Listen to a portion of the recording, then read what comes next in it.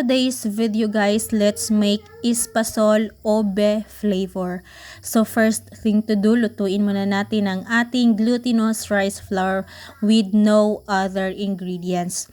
Kung sa Bisaya pa, sanglagon. So kailangan mo talagang maghintay guys ng ilang minuto until maging medium brown na ang ating glutinous rice flour.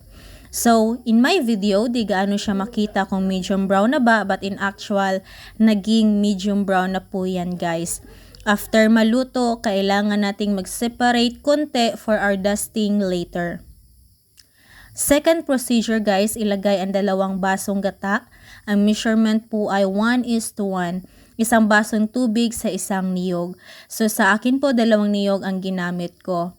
Next, ilagay ang isang latang condensed milk na ube flavor and I used Jersey product. Next naman ay ang ating evaporated milk and also a pinch of salt. Kapag kumukulo na, kailangan na nating ilagay ang margarine or margarine. Mix it well para mamimelt ang ating margarine dahil ito po ay nagbigay amoy sa ating espasol. After that, ilagay na natin ang ating glutinous rice flour. But, konti-konti lang para ito'y maluto ng maayos. And always remember na ang apoy during this time ay medium lamang para di masunog.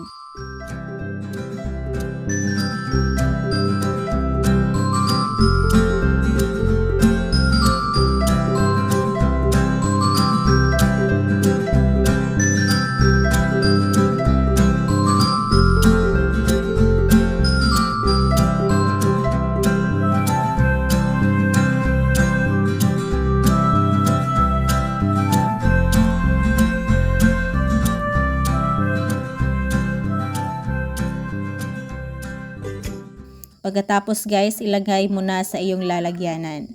For the last, ilagay mo na din yung kinuha nating glutinous rice flour para sa dusting natin. And here it is, our espasol ube flavor.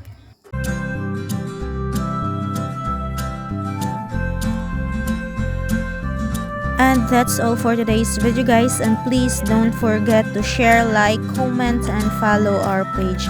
Thanks for watching guys. Bye bye.